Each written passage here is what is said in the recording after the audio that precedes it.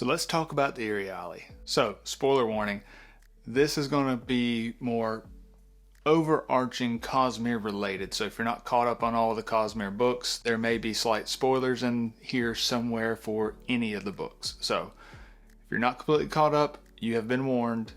Could be spoiler. So we first come across the Iriali in the Stormlight Archives. They are their own kingdom. Dalinar tries to recruit them into his alliance of nations that he is creating, and the interaction doesn't go great. But they have been on Roshar for many thousands of years. We know at least back to the first Desolation, probably much further than that. And they were one of the Silver Kingdoms on Roshar. Why silver? We'll get to that in another video. But they were one of the Silver Kingdoms of Roshar. They're still there, but why do we care? Well, one, they're not strictly human. They look human except for their hair is a golden color, not just blonde, but almost a metallic golden color, and their skin is metallic-like. They are also world hoppers, and that's probably what's most interesting about them. It's an entire culture of world hoppers. Up till this point, you see secret societies and one random individual hopping around the worlds, but this is them, the Iriali world hop. That's part of their culture. So that's different. And we know for sure we've seen them on 3 different planets. We've seen them on Roshar, we've seen them on Scadrial, and now with the secret project released, we have seen them on Lumar. I believe I'm saying that correctly. So these people, they get around. All right, and their religion is even based on this, and it talks a lot about this. We are Iriali. We are part of the Long Trail, of which this is the 4th land. Eventually, all will be gathered back in when the 7th land is attained, and we will once again become one.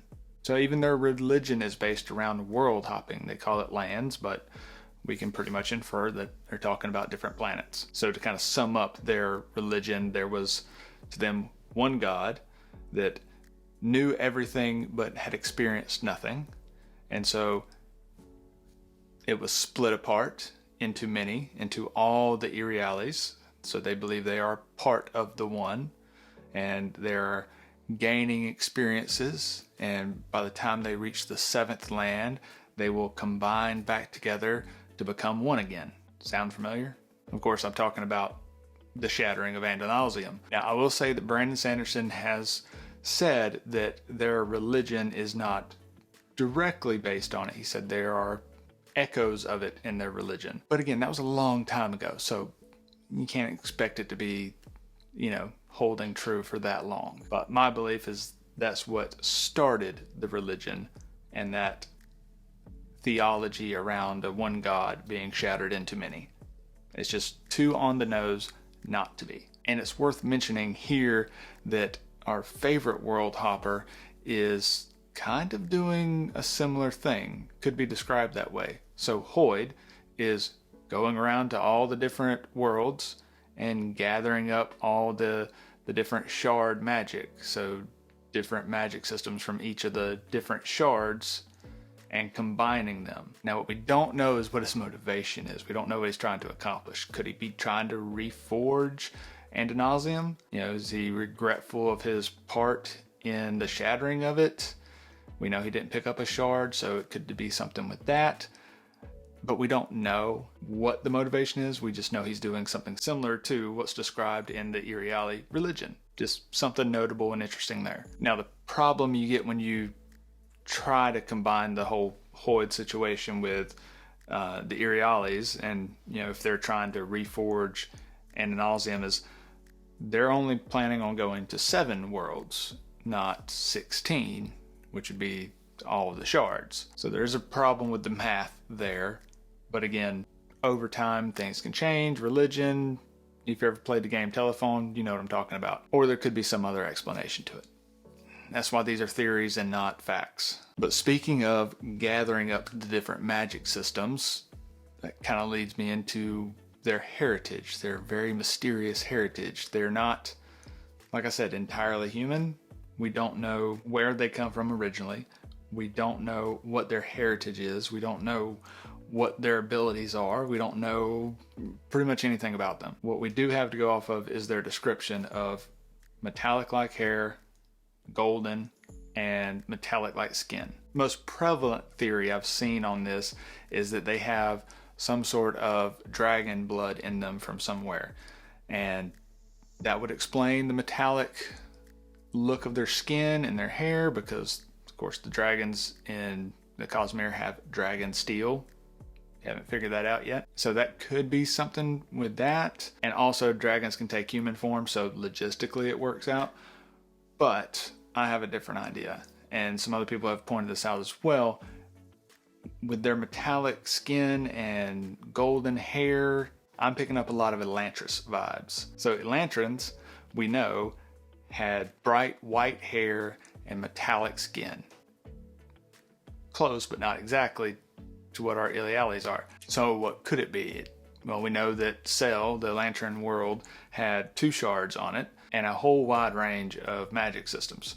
So could this just be a different type of Elantran that was prevalent before the 2 shards there were shattered? That's a possibility. We know very little about Elantris.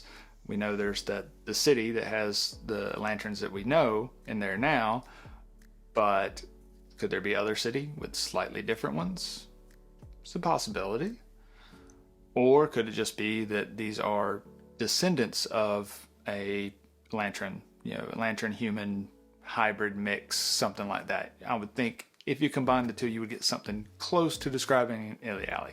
So I think there's something to do, some kind of tie-in with Elantris when it comes to the Iriali. But again, we just don't know. Brandon Sanderson has said that Iriali will become more important and more focused on during the space age of the Cosmere, and the most recent book that we have out, Tress of the Emerald Sea, as far as we can tell, there's a spaceship in it, so it takes place during the space age of the Cosmere, and the person flying the spaceship is Elantrian.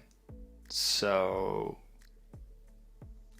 I'm just saying there has to be some kind of tie-in with Elantris and these Iriali.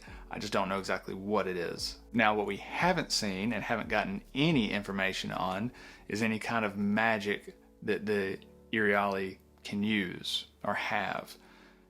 We don't have any evidence to show that they are big-time magic users.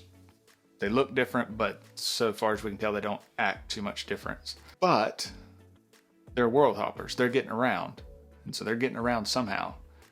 Now, as far as we know, the most common way around the Cosmere, especially early on, is through perpendicularities, however you say that. But we know that those can be unreliable at best. So if your entire culture and religion is based around that world hopping ability, I would think they should have some kind of way to create a perpendicularity. I still think I'm saying that wrong, but I think it would be safe to assume they have a way to create some kind of way to get into Shadesmar and to traverse all these different worlds. Otherwise, how do we explain them getting around so much? Especially in early Cosmere, they are not just hopping on a spaceship and cruising around. There's some kind of magic involved in them getting from one planet to another. Now for your part. These are my theories, my thoughts on the Iriali. What have I missed? What are the little pieces that don't fit? What are your ideas on them? Put them down in the comments. I want to know. I want to hear it. I want to get a thread going, and I want to brainstorm this. It's just one of the many mysteries in the Cosmere that we know is going to be more important later on in the books. And so I really want to see all the little foreshadowing bits that Brandon Sanderson has put in there so far. So if I've missed anything, let me know. And as always, guys, thanks so much for watching, and I will see you in the next one.